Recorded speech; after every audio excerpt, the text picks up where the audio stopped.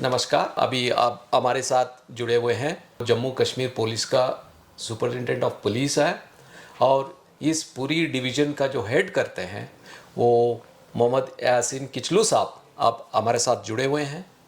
आज इस cyber crime के बारे में हमारी एक छोटा सा वो डिस्कशन आपके सामने रखना चाहते हैं। सर, आजकल ये जो हम सुनने आ रहे हैं, ये डिजिटल अरेस्ट करके हम जो एक नया टर्मिनोलॉजी हम सुन रहे हैं और अनोनिमस कॉल आ जाते हैं, कभी इंडिया से आते हैं, कभी बाहर से आते हैं।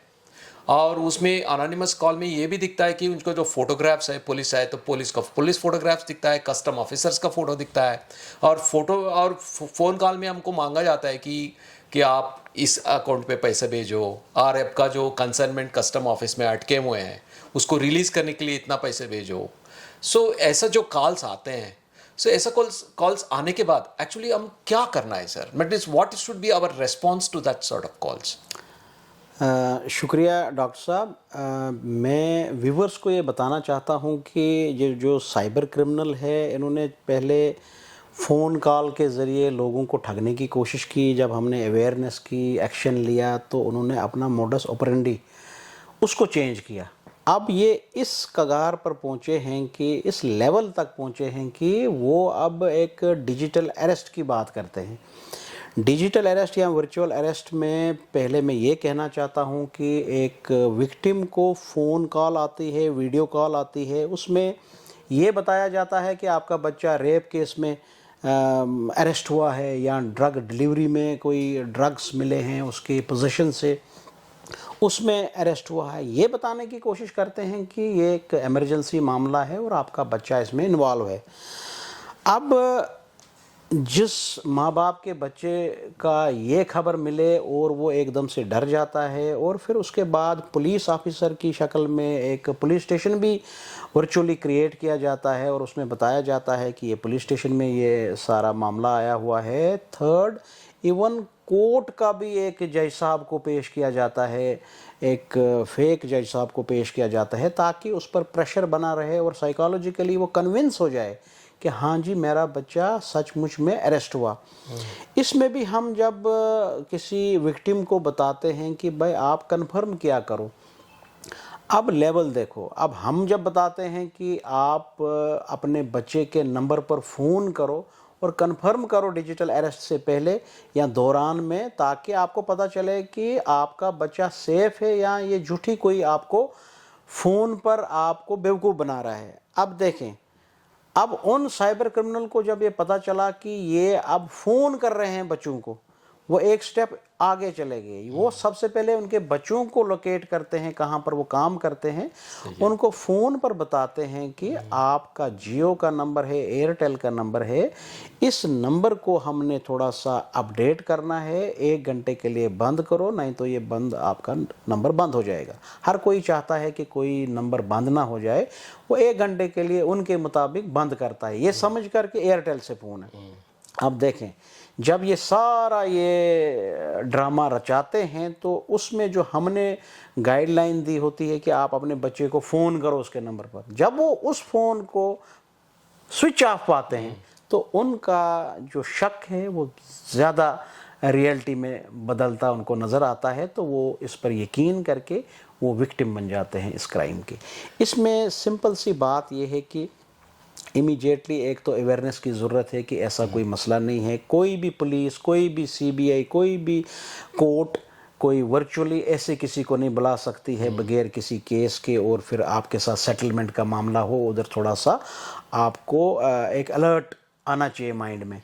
सेकेंडली, इमीडिएटली आपने 1930 को कॉल करना है या www.cybercrime.gov.in या नज़दीकी किसी पुलिस स्टेशन में जाके ये कंप्लेंट करनी है कि आपके साथ ये मामला हो रहा है, नहीं तो आपको वो बेवकूफ़ बनाएंगे और जितने भी पैसे हैं, बहुत सी रिपोर्टेड केसेस आई हैं जिसमें पढ़े लिखे लोगों को ये विक्टिम बन गए हैं और वो पैसे गंवा बैठे इससे।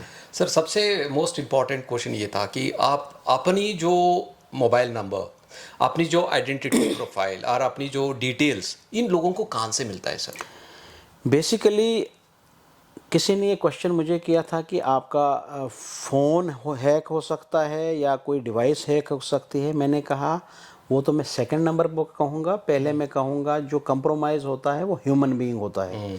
हमारी गलतियाँ और हमारे कुछ ओमिशन कमीशन हैं डिवाइस के प्रति, उसकी वजह से ये हैकिंग या कंप्रोमाइज डेटा होता है, अपने आप कुछ नहीं होता है। देखें, साइबर क्रिमिनल कोशिश करता है यूज़र को जो ऑपरेट कर रहा होता है डिवाइस को या स्मार्टफोन को, उसको कंप्रोमाइज़ करने की। जो नंबर हम देते हैं ये हम खुद ही देते हैं। कितनी बार हम बाय ईयर सफ़र करते हैं और बोर्डिंग पास को फेंक देते हैं, उसके QR कोड से आपका सारा डिटेल मिल जाती है। कितनी बार हम शॉपिंग करते हैं और उसको अपना पूरा डिटेल देते हैं।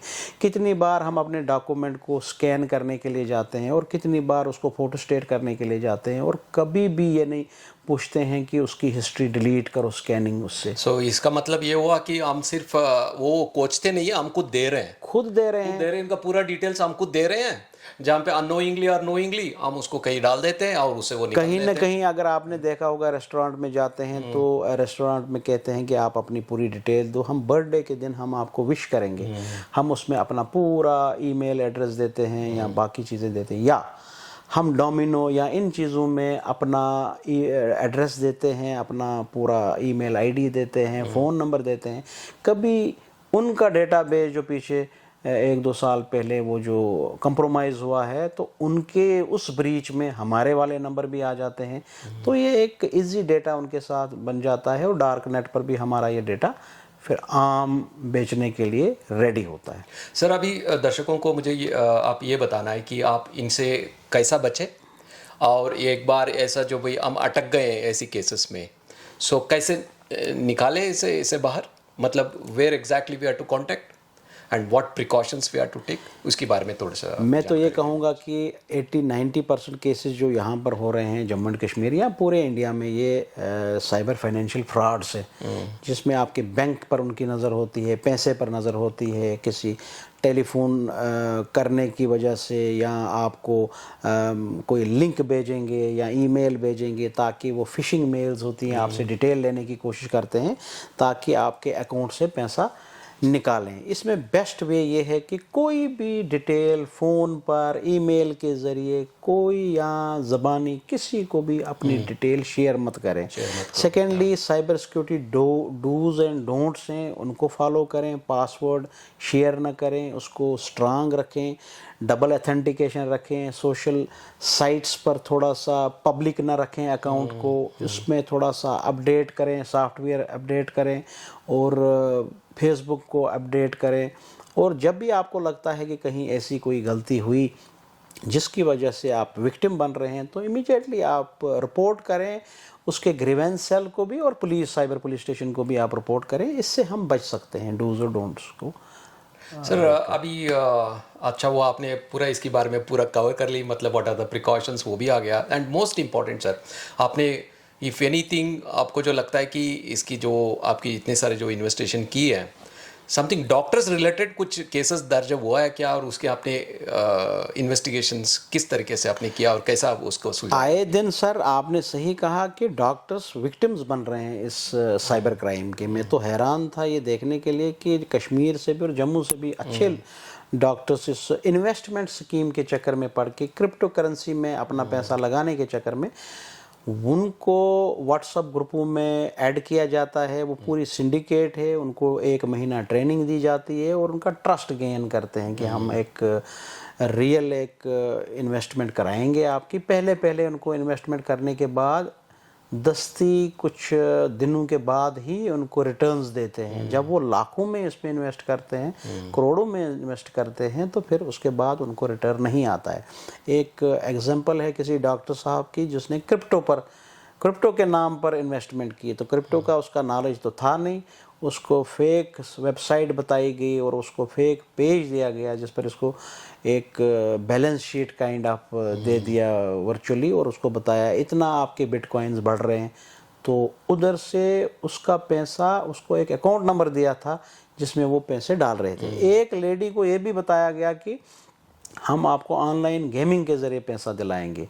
अगर आपको खेलना नहीं आता है, आप सिर्फ इस अकाउंट में पैसे डालो और हम आपकी तरफ से खेलेंगे। तो उसने पैसे, अपना घर का जेवर भी बेच डाला इसके पीछे, और बाद में देवर left high and dry. I think आपने पूरा सारे डिटेल्स बता दिया, फिर भी आपने मैंने स्क्रॉल पे अपनी जो कांटेक्ट स्पेशली साइबर क्राइम हो गए तो उसको किसको कांटेक्ट करना और वेबसाइट वो सब हम डिस्प्ले तो करेंगे ही। And thank you so much sir, and it's a great advantage for I think for the viewers.